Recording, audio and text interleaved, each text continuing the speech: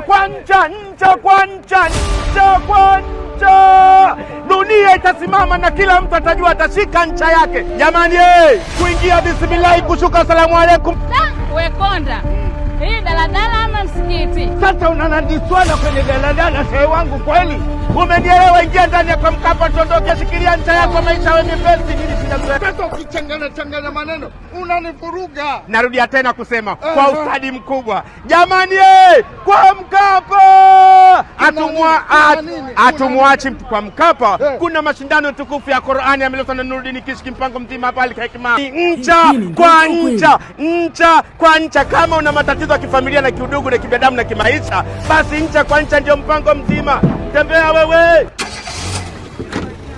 Assalamu alaykum wa rahmatullahi wa barakatuh.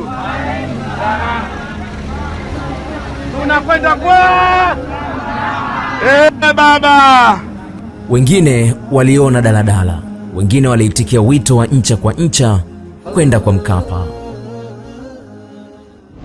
Mashindano haya makubwa zaidi ya Qur'an tukufu ya mabara yote ulimwenguni yatafanyika Jumapili ya tarehe 1 ya mwezi wa 3 mwaka huu 2026. Shika ncha yako na shika ncha yangu. Qur'an ni ncha kwa ncha, bega kwa bega, mkono kwa mkono, mguu kwa mguu, hadi kwa Mkapa.